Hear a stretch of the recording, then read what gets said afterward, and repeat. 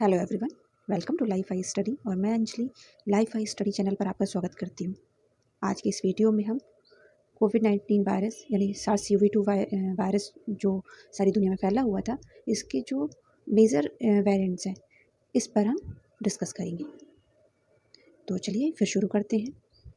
Threat level पर देखा जाए तो वेरिएंट्स 3 तरह के होते हैं। कौन कौन से? तो इसमें पहला है variant of interest. Variant of interest, इसको आप VOI के नाम से जानते हैं। दूसरा होता है variant of concern. Variant of concern, इसको आप VOC के नाम से जानते हैं। और तीसरा होता है variant of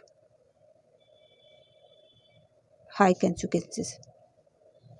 variant of high consequences, इसको वेरिएंट ऑफ मॉनिटर भी कहा जाता है, क्योंकि इसको काफ़ी मतलब कि ये ज़्यादा फैल नहीं पाया था और ये मॉनिटरिंग लेवल पे रखा गया था।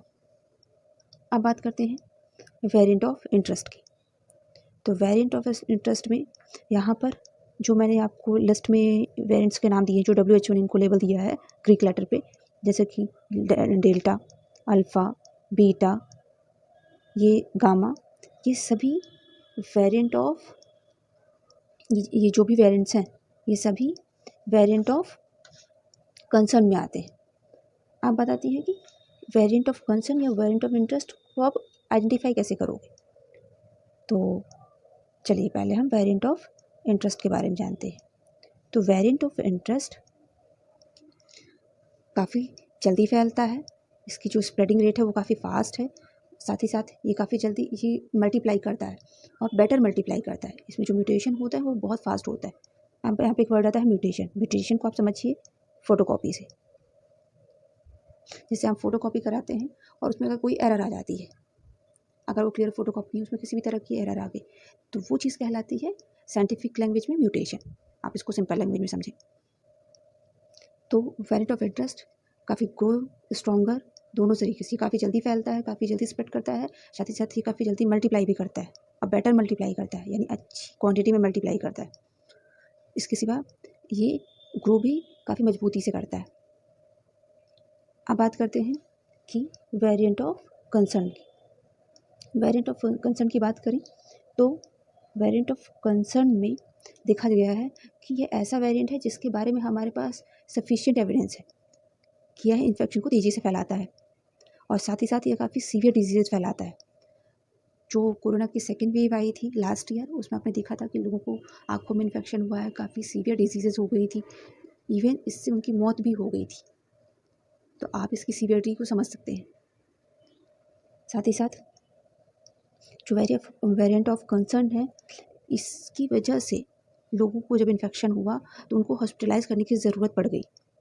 साथ ही साथ जिन लोगों को पहले से इन्फेक्शन हुआ था वो भी इसकी चपेट में आए और इस पर वैक्सीन ने जो वैक्सीन थी ना, उसने भी काम करना कम कर दिया था।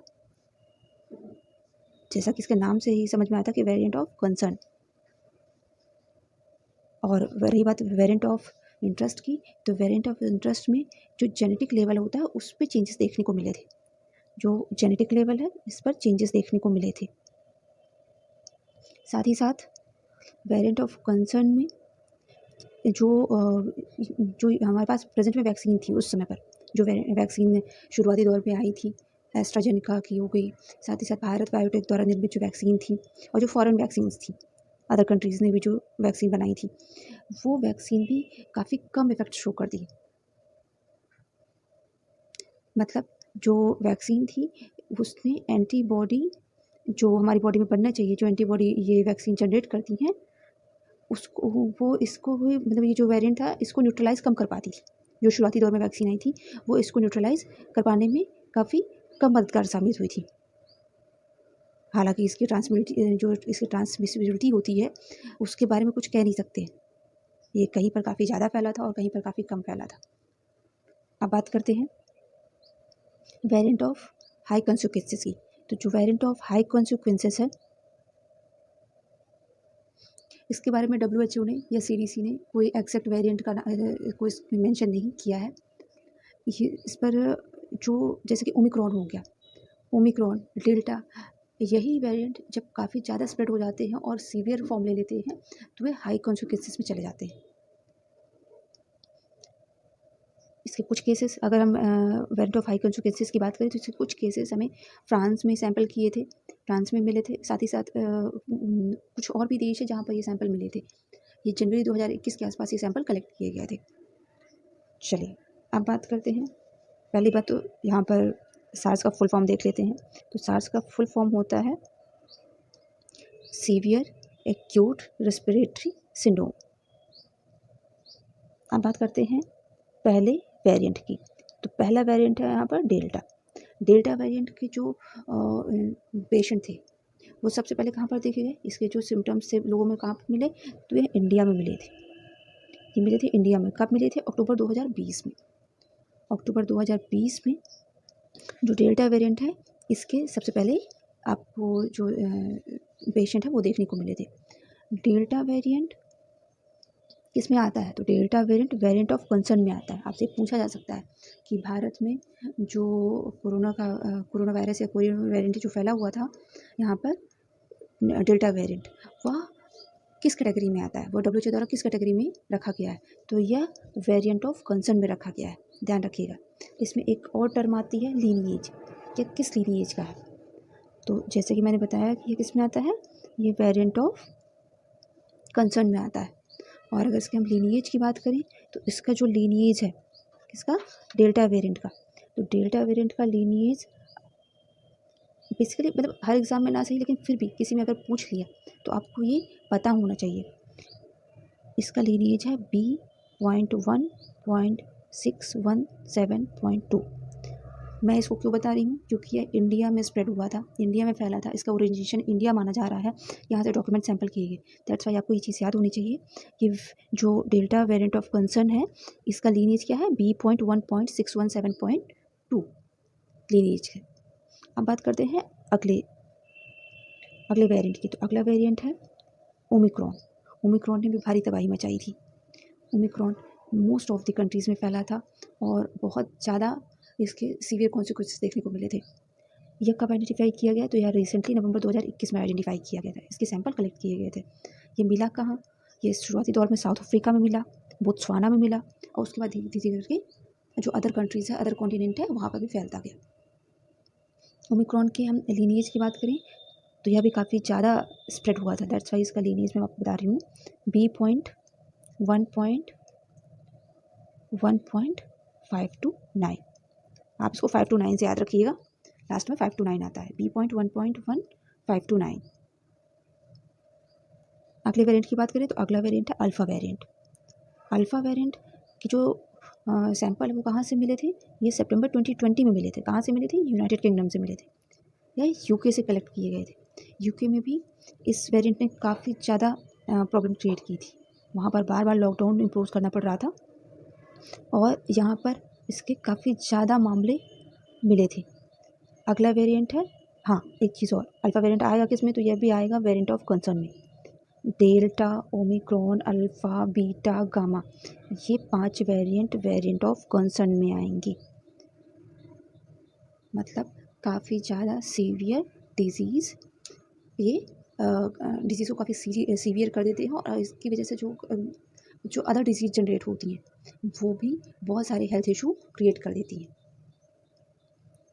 जैसा कि आपको पता है कि बेसिकली कोरोना वायरस में होता क्या है, कोरोना वायरस में जो इसके बेसिक की बात की जाए कि इसमें आखिर ऐसा क्या हो जाता है जिसकी वजह से हमको इतनी दिक्कतें फेस करनी पड़ी। तो जो हमारी बॉडी में ACE2 रिसेप्टर होता है उस पर कोविड-19 के जो स्पाइक प्रोटीन होते हैं वो अटैच हो जाते हैं और फिर म्यूटेट होना शुरू हो जाते हैं। अब वो जितने भी अपनी कॉपी बनाएंगे वो हमारे लिए एक नया वेरिएंट तैयार कर देते हैं और उसको आइडेंटिफाई कर पाना, उस डिजीज़ से हम अपने आप को कैसे क्योर करेंगे, यही सारी चीज़ें साइंटिस्ट ये जो भी जो वेरिएंट थे उनको आइडेंटिफाई करने के बाद ये चीज़ें हमें बताते हैं कि आपको उनसे कैसे प्रोटेक्ट करना है, ये क्या सेफ्टी मेजर्स लेने हैं। तो जैसे मैंने बताया यहाँ पर आपको कितने वेरिएंट मिले, डेल्टा, ओमिक्रॉन, अल्फ़ा, बीटा और गामा। ये सारे वेरिएंट्स कौन से हैं, वेरिएंट ऑफ कंसर्न है। बात आती है बीटा वेरिएंट की। बीटा वेरिएंट का जो केस है वो मिला था मई 2020 में। कहाँ मिला था? शुरुआती दौर में साउथ अफ्रीका में मिला था। बीटा वेरिएंट का पहला केस कहाँ मिला? यह साउथ अफ्रीका में मिला था। बीटा वेरिएंट के अगर हम बाकी केसेस देखें तो साउथ अफ्रीका के बाद ये बोत्सवाना में फैला। अफ्रीकन कंट्री जितनी भी हैं ये सभी जगह फैल गया था। अगले वेरिएंट की बात करें तो यह है गामा वेरिएंट।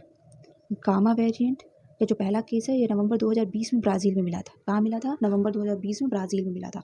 जो अमेजन बेसिन वाला एरिया है वहाँ पर मिला था। इवन वहाँ पे जो ट्राइब्स है जो अमेजन बेसिन के आसपास रहती हैं ये वहाँ भी फैल गया था। इसकी हम लीनिएज की बात करें तो जो गामा वेरिएंट है इसका लीनिएज है P.1। ध्यान रखिएगा, जो गामा वेरिएंट है इसका लीनिएज क्या है? P.1। अगला वेरिएंट है म्यू वेरिएंट।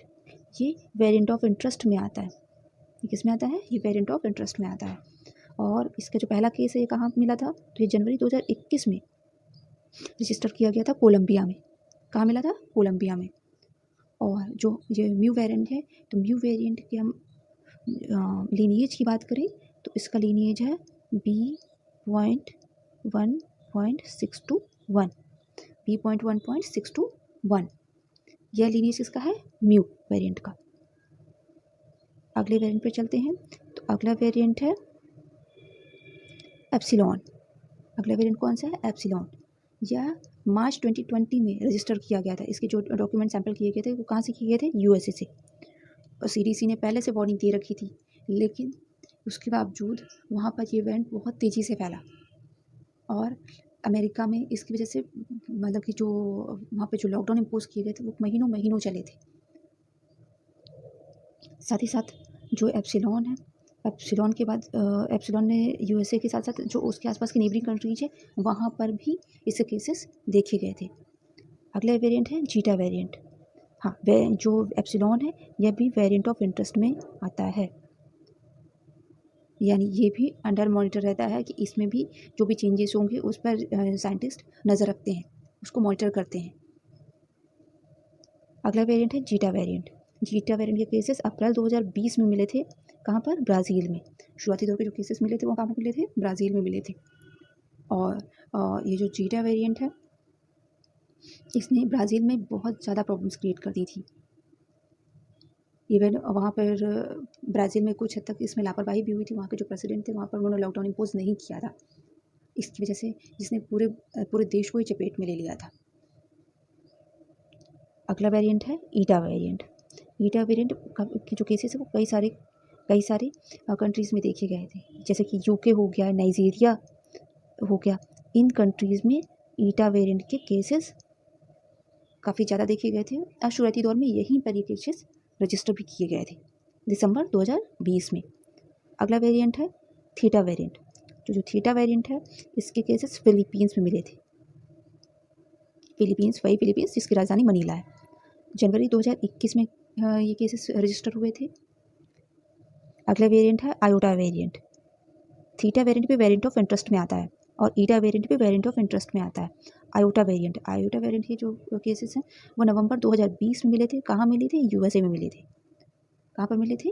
यूएसए में मिले थे। और आयोटा वेरिएंट भी वेरिएंट ऑफ इंटरेस्ट में आता है। ये भी वेरिएंट ऑफ इंटरेस्ट में काउंट किया जाता है। WHO ने इसको वेरिएंट ऑफ इंटरेस्ट में लेबल किया है। अगला वेरिएंट है kappa variant. Kappa variant India में रजिस्टर किया गया था। कब किया गया था? अक्टूबर 2020 में किया गया था। और आपके लिए क्वेश्चन है कि कप्पा वेरिएंट का आप मुझे लीनिएज बताएं। आप कमेंट सेक्शन में कप्पा वेरिएंट का लीनिएज बता सकते हैं। अब बात आती है लैम्डा वेरिएंट की। तो लैम्डा वेरिएंट कहाँ मिला था? या पेरू में मिला था। लैम्डा वेरिएंट के जो केसेस है शुरुआती दौर के वो कहाँ पर मिले थे? तो यह पेरू में मिले थे दिसंबर 2020 में।